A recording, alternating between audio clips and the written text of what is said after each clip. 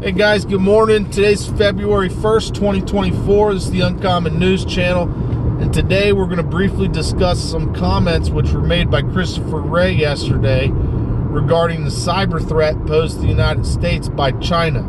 Now, when he made these comments, he was speaking with urgency as if could happen any day. And he said that the Chinese hackers are in place and ready to launch an attack against our critical infrastructure.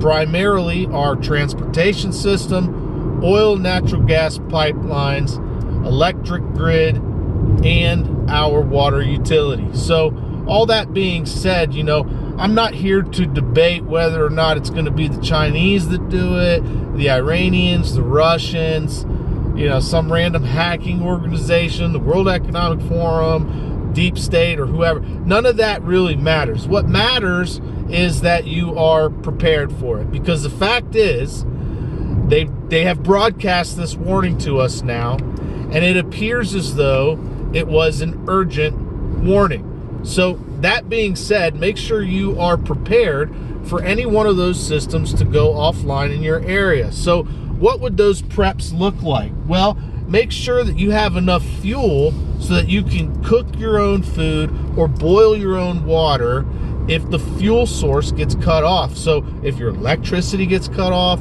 or your natural gas gets cut off, make sure you have something to use in its place, whether it's a propane tank, propane grill, or a charcoal grill, or a wood stove, or whatever. Whatever you have to use in place of that, make sure you have enough fuel for that system, right? Also, if the water utility gets hacked, make sure you have enough container space to store water, whether that water is from a pond or a river or whatever. Make sure you know where you're going to source the water, right? Make sure you have one container for non-potable water and one container for potable water, so that you can store the dirty water in a container, and then the clean water can be stored in a separate container.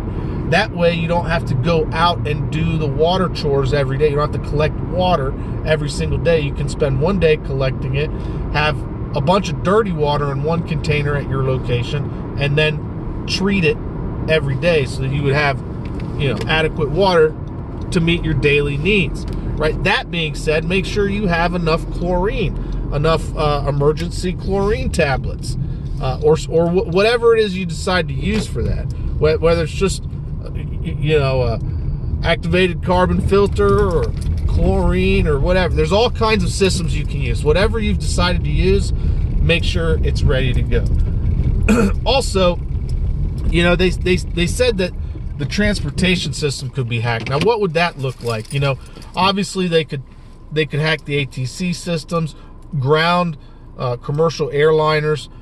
They could also hack into the Garmin system, the Garmin autopilot system on the airplanes, and take control of the airplanes, fly them into the ground if they want to.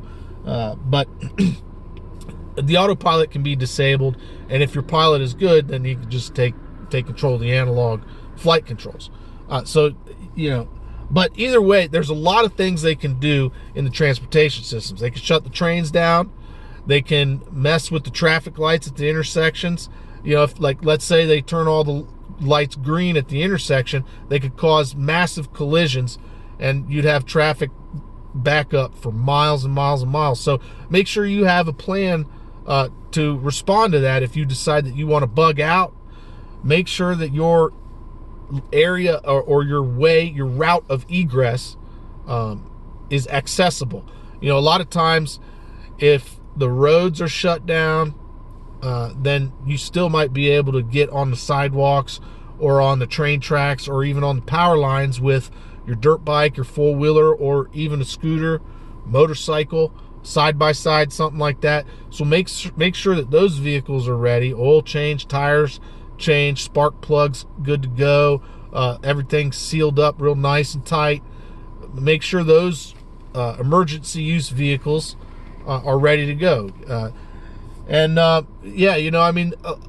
lot of times before major things happen, they will broadcast it to us in a manner like this, where it's not all over the news, but nevertheless, notice has been given, right? So, I'm not here to discuss who I think it would be that would bring it down. It just, the main point of this video is that you guys would be prepared with a contingency plan in case any one of those systems goes offline. Now, I'm down here at the range today. I'm going to be making another video and posting it maybe today, maybe tomorrow, about a drone response kit as part of your EDC. Now, I've been saying, and I'm of the opinion that we're no longer in 5th generational warfare. We have arrived at 6th gen warfare, 6th generational warfare. And 6th generational warfare is primarily automated in nature. It's run by AI. It's, computers, UAVs, drones, and things like that.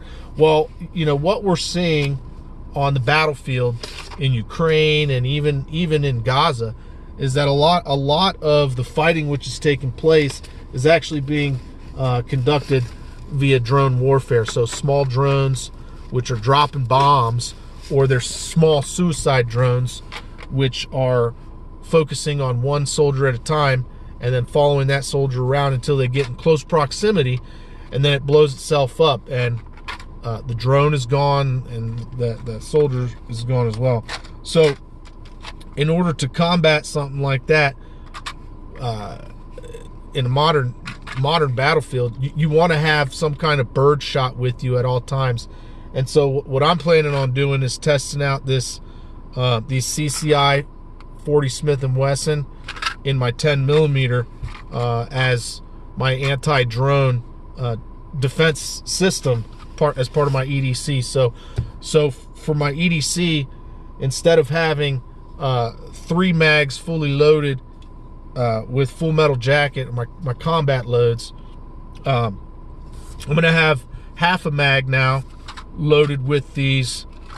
Well, we're testing these out at the range today, so I'll post that video later. But we're gonna test these out in the 10mm and see if they cycle, right? Because these are 40 Smith & Wesson, but 40s usually cycle in a 10mm.